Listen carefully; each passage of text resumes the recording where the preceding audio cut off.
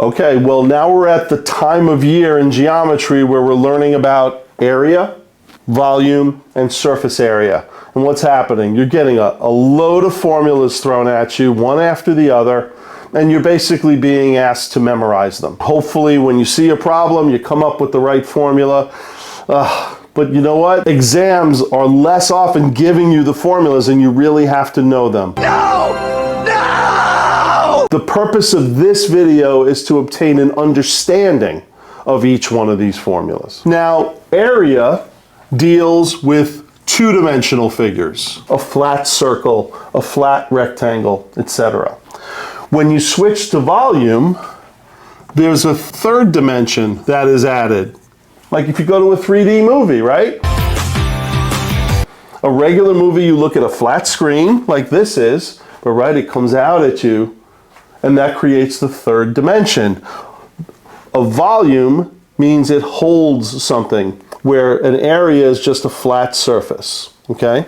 And then there's surface area, and it's what you think it is. It's the area of all the surfaces of a shape, and we're going to cover that as well. Now, area you've probably covered earlier in your math career, but let's just go over it very quickly one more time. The area of a rectangle, a four-sided figure, is the base times the height, okay? Now think about it. Any four-sided figure, it's how wide it is times how tall it is, okay? In all cases. This is really easy. Keep that in mind. Now a triangle actually cuts a rectangle in half, and that's why a triangle, the area of a triangle, is 1/2 base times height. Okay? Now, switching to another shape, because circles are a different animal, right? And there's that funny looking symbol called pi. I could sure go for one of your famous apple pies. It's on your calculator, 3.14159, blah, blah, blah. It keeps going on forever. It looks like a variable, but remember, it is a number. Okay? And the formula for the area of a circle is pi times the radius squared. Now, let's graduate from area to three-dimensional figures, or volume. Wait. The flat rectangle has now become a three-dimensional figure. You can call it a box. It now has volume. It has a third dimension.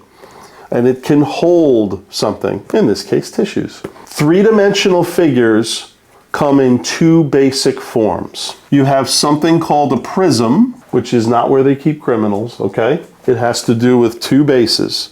It has a base on top and a base on the bottom that's the same.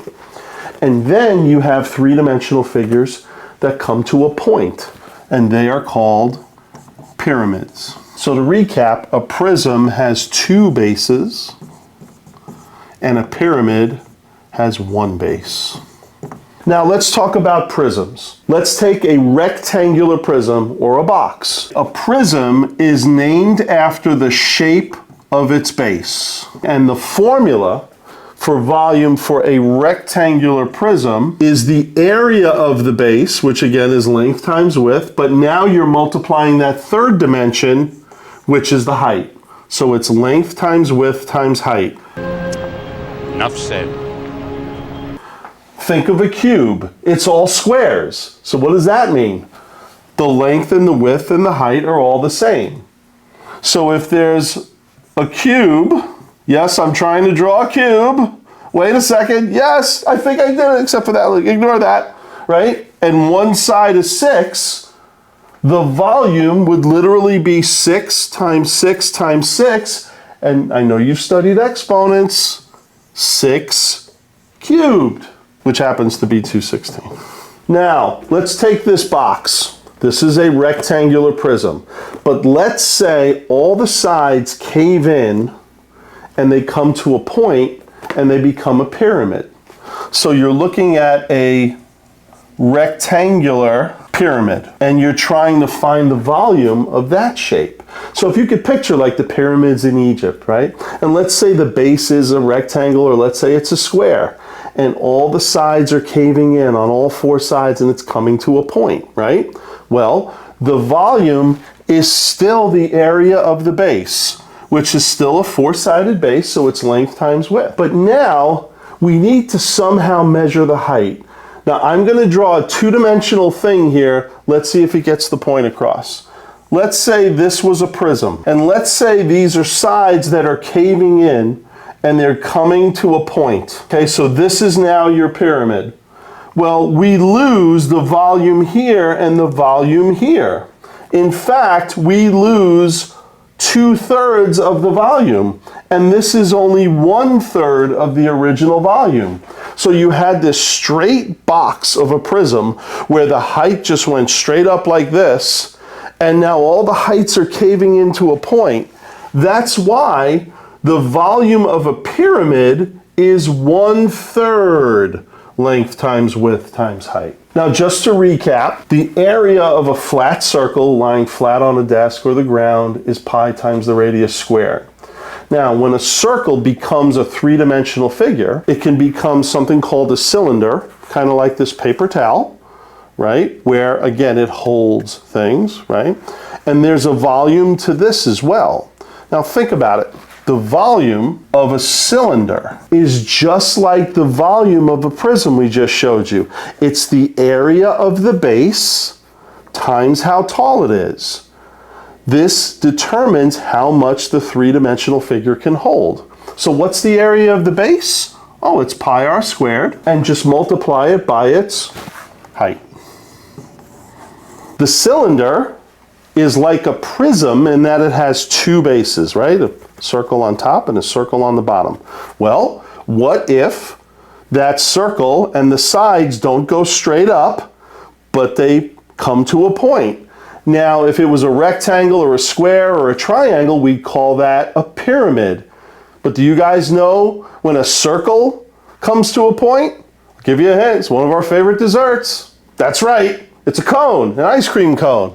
So the volume of a cone is the same idea. Instead of the sides going straight up, they're coming to a point and you lose 2/3 of the volume. So the formula for the volume of a cone is simply 1/3 pi r squared times the height.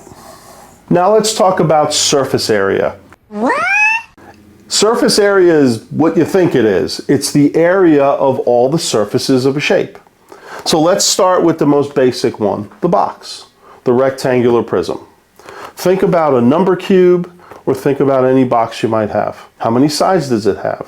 That's right, it has 6, okay? And they're all rectangles. So you got yourself 6 rectangles here, okay? And you're like, oh man, I gotta do 6 calculations here? Well, no, absolutely not. Because if you look at a standard prism, the top and bottom are the same, the left and right are the same, and the front and back are the same. So you really have 3 sets of 2 dimensions. So what you would do is, let's say you have a 2 by 3 by 5 rectangular prism, and the order doesn't matter, okay? You're gonna take each set of 2 and multiply it twice.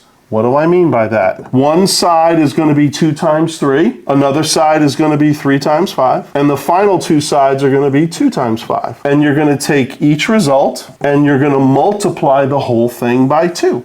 So it really isn't 8 calculations, it's really 4. I can do this.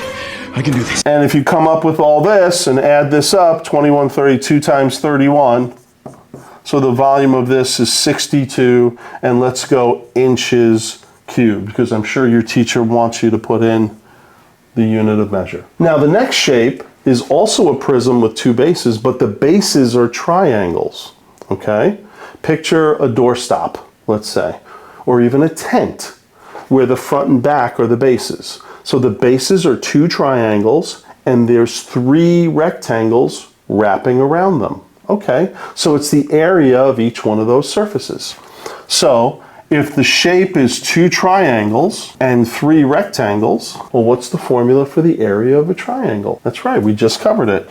1/2 base times height. But since there are 2 of them, and there's 2 1/2s, you can just calculate base times height of the triangle. So now with these 2 covered, you would add the area of each one of the 3 rectangles, and each one of them would have their own length times width. Now let's talk about a cylinder, the surface area of a cylinder. Now what is a cylinder made up of? Well, the top and the bottom are both circles. So you have 2 circles. The question is, what's this stuff? What is that? Well, it's just a rolled up rectangle. So you actually are dealing with 2 circles and 1 rectangle. Now, the area of a circle is pi r squared, and since there are 2 of them, that's right, 2 pi r squared. So that takes care of the area of the 2 circles. Now let's focus on the area of the rolled up rectangle. We know that the area of a rectangle is simply base times height, but now it's all rolled up. So let's see how it affects the base and the height. First, let's focus on the height. If I roll it up, does the height of the rectangle change? The answer is no. So we're still going to multiply the height. Now here's where the fun begins. We're back to our rectangle. Here's our rectangle. Our height stays the same. Now I want you to focus on the base. Focus! Focus! Focus! Focus! Okay? When we roll up the rectangle, look at that. It becomes a circle. And it's the distance around a circle. And who remembers the formula for the distance around the circle? First of all, it's called a circumference. And the distance around a circle is 2 times pi times radius. And that's how you get the formula for the surface area of a cylinder. 2 circles plus 2 pi r times height. Now let's talk about the surface area of a cone. And we're talking about a shape that has a circular base, but only one base, right? So there's only one circle. So a cone is made up of 1 circle, and the formula for the area of a circle is pi times the radius squared. Now we have a unique situation where the sides, the roll around, the rectangle, if you will, is rolled, it's bent inward and slanted. And there's a new concept here, and it's called the slant height. And in the infinite wisdom of math people, they designate slant height, not as S, not as H, but a script letter L. What? I don't know why. So, the rest of the cone, it's the area of the circle, but instead of multiplying the radius twice, you're multiplying by this concept called slant height. And if you could picture the cone, here's your circle, the slant height is going like this. Now, sometimes you're just going to be given the slant height, so just follow the formula. Sometimes you're going to be given the height of the cone and the radius of the circle. Look what we have here, boys and girls. If this is the radius and this is the true height of our cone, which stands straight up and down, do you see what we have here? We have a right triangle, and they're relying on you to come up with the slant height. Hopefully, on a formal exam, you're given slant height, but if not, you will be given the radius and you will be given the height of the cone, and we're just going to use that good old-fashioned Pythagorean theorem again, a squared plus b squared equals c squared, except one is going to be the height of the cone, one is going to be the radius of the circle, and your result is going to be the slant height. I hope that clears things up for you with area, volume, and surface area. Don't just memorize, understand. It'll be a lot easier to use and a lot easier to remember.